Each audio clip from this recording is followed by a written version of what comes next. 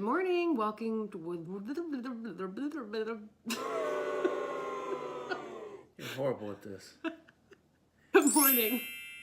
John has decided to join me for week 4 recap. So anyway, my progress for the week. I'm down 1.6 pounds for the week, which is 13.6 pounds for the month of January. And that's awesome, and I'm happy about that. In the spirit of being completely honest, though, this week was a legitimate struggle. We both saw gains on the scale all week long.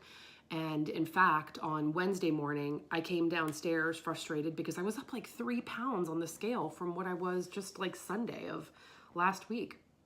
And did my blood ketone test, and it showed that I was at like 0.4. But you're not in nutritional ketosis unless you're at like 0.5. And that's light nutritional ketosis at that, which meant that 3 weeks on the diet, 3.5 weeks at that point, I wasn't even in ketosis. I can't even tell you how sad that made me. At first I was drawing some motivation from it, like, yeah, that's okay, I'm gonna keep on going. But when the scale kept going up, it was getting more and more frustrating. I felt hungrier this past week than I have. And part of it maybe because I was taking a class and working from home for the whole week, and part of it maybe because I cut all diet soda out 2 weeks ago.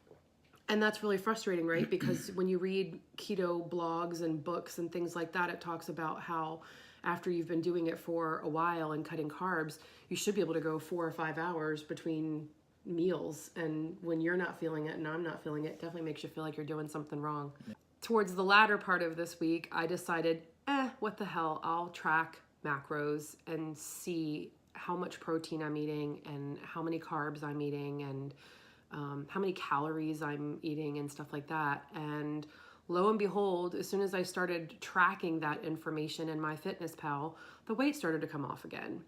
It's not that I think I was eating more than 20 grams of carbs a day, and I don't think you were either, but I do think that both of us are eating more protein than we should have been eating on any given day.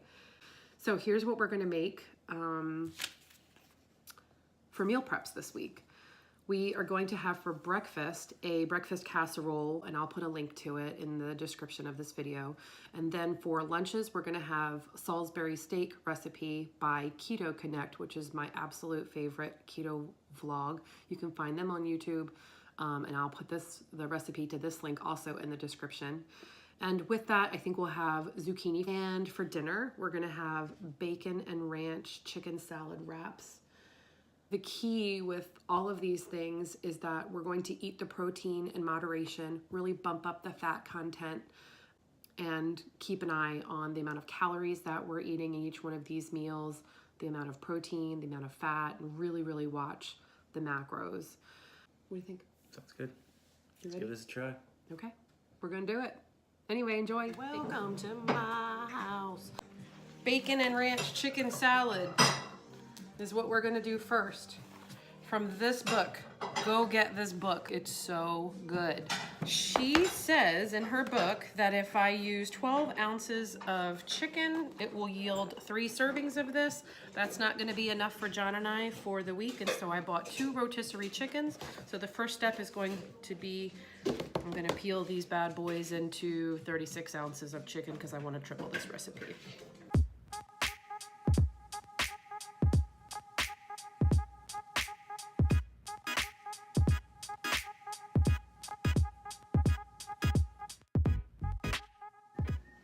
All right, guys, bacon's done. I've got almost 36 ounces of chicken in the bowl, and to it, I'm gonna go ahead and add the 15 slices of bacon, 1 cup of Hellmann's mayonnaise, ½ cup of ranch dressing, plus a tablespoon, and the 1½ stalks of celery. Now I'm just gonna mix this all up together, and we will have, hopefully, a delicious chicken salad.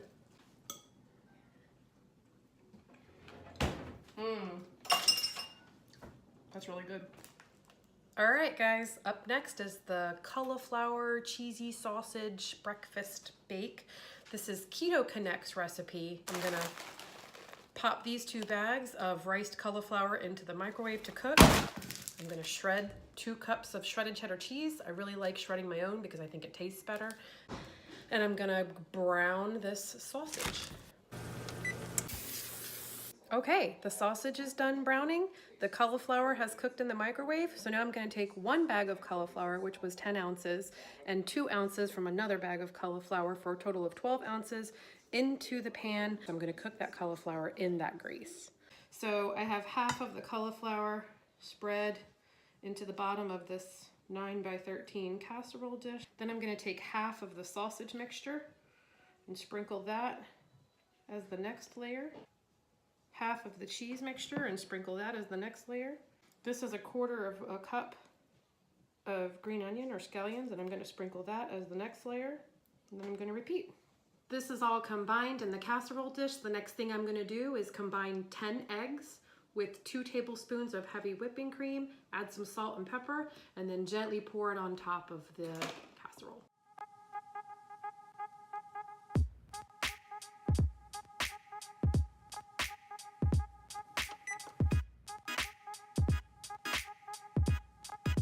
Guys, this is legitimately amazing.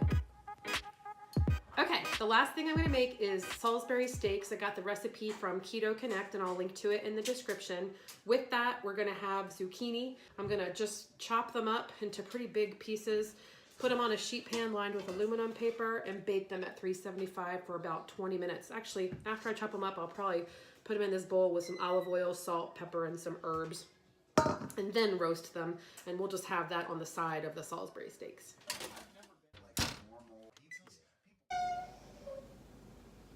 All right.